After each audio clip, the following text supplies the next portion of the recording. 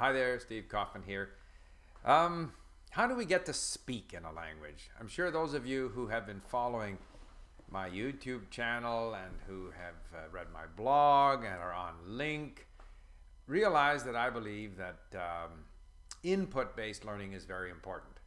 I believe in developing a large passive vocabulary, focusing on comprehension, a lot of listening and reading. I believe that a large passive vocabulary is your key sort of foundation for becoming fluent in a language. But fluent means speaking. So how do you convert that passive knowledge into the ability to speak well? And I regularly hear from people who say that they can read well and understand, but they can't speak. Well, I want to get into that subject today. First of all, though, very often when people say that they read well, that doesn't necessarily mean that they read enough. I think we should all get to the stage where we can actually read novels in another language. I mean, that's ideal. Now, not everyone has the luxury, to spend the time to get to where they can read novels. So, but let's get now to this central issue of how do we start speaking and how do we become good at speaking and what can we do to speed up the process.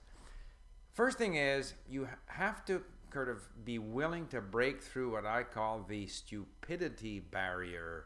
It's like a sound barrier, but it's the barrier of sounding stupid. You have to be willing to sound stupid.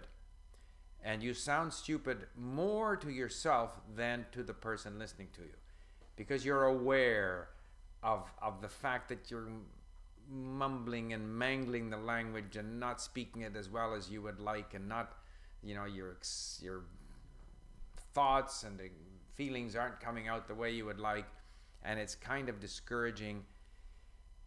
And at times it seems as if you've made a bit of progress, and the next time you go to speak, you feel as if you've slipped and become worse again. And so, I mean, and all I can say is that everyone experiences this. I experience it. And, we have that first exhilarating feeling as we're able to say a few things in the language. And then to get from there to where we are genuinely fluent and able to express ourselves is just a long, long road. And we have to be willing to put ourselves in a situation where we stumble and say the wrong thing. And we have to, in many cases, we have to trust our instincts and trust our intuition and just go for it and say it. And if it sounds stupid, it doesn't matter. If we get too hung up about trying to speak perfectly, that often inhibits us. So basically, again, just to review what I've said there is, I still believe in a major emphasis on input, lots of reading, getting to the point, if possible, where you can read novels. Make sure you can understand, because that's your basic defensive position. If you're speaking to someone and you don't understand what they're saying, that's very unsettling. If you can get to where you can at least understand what they're saying, now you're into the stage where you're stumbling and mumbling and trying to say something in the language yourself. And so there you have to be prepared to go for it with whatever you have. Don't worry if it's right or wrong, just go for it. Generally, it sounds a lot better than you think. You tend to feel that you're bad. The person listening to you, I've seen this time and time again, actually has no trouble, communicates, understands, and recognizes that, of course, that you're not a native speaker, but thinks you're doing a lot better than mostly you think you're doing. Okay, so you have to be willing to go through that stage. Now, what are the things we can do to help us along? Okay, some people say talk to yourself, and there's nothing wrong with that. I've always found it difficult to maintain that. I might say, 5 phrases to myself during the day, but I'm not going to do that as an ongoing thing. I'm not going to stand. Some people stand in front of a mirror and talk, and I'm sure that's a good thing to do, but it's not something that I could sustain. Writing is an excellent thing to do. Since I'm not enrolled in a language program and I don't have assignments to hand in, I don't write because I'm, quite frankly, too lazy to write. But if you have the discipline, I think it's an excellent thing to do. And there are many sites, including Link, where you can put up some writing and people are quite happy to come and correct it. The thing to remember is that the major benefit of writing is the exercise of writing itself. But the corrections are also useful because you could be, stuck in a certain pattern which is not sort of normal usage, and it's pointed out to you that no, this is not normal usage. The easiest thing to do is to talk. And so now, for example, Russian. It turns out, I've been listening to Echo Moskwy for 6 years. One of the people who appears regularly on Echo Moskwy is Matvey Ganopolsky. He is in Vancouver. He's giving a talk on Thursday to a group of Russian people. I have bought a ticket. I'm going to be there. I'm going to meet one of the guys that I've been listening to for 6 years. So I've been working on improving my Russian, and so I've been doing a lot of talking. I mean, to speak well, you have to speak a lot. So I've been signing up for discussions with our tutors at Link. Evgeny in St. Petersburg, Elena in Kiev, or near Kiev in the Ukraine. And then there's Vladimir, who's a Russian who lives in Winnipeg, who's also a tutor at Link, and he's a great guy. So I've been talking a lot. Talking is good. You discover your faults. I get feedback in the form of reports or even during my discussion, and that's very good.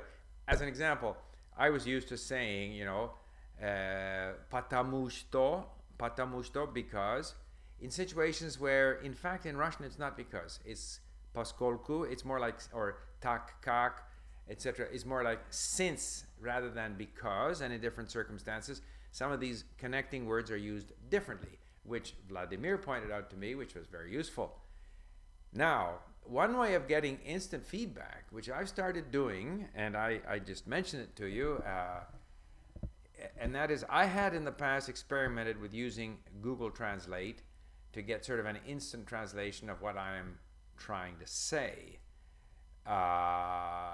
Because if I can struggle and try and say it myself, but it takes a while and I'm too lazy to write. But now I've got this tremendous thing, because on my Mac there is dictation. It's tremendous. I got dictation in English, in French, in Spanish, in German, in Japanese, in Korean. So first of all, I don't even have to change my keyboard to write in these languages. I just dictate it, and it's, it prints out for me. I've got the text in front of me, which is tremendous. But the way I'm now starting to use it is I go to Google Translate and I dictate English into the English side, and I've set it up to go from English to Russian, and then the Russian shows up. And so I just deliberately try to say things that I would like to say. Of course, the Russian is a bit clumsy. It's not all natural, but a lot of the key phrases, in fact, are very accurate, because all of these, machine translation systems get better and better at translating things based on context.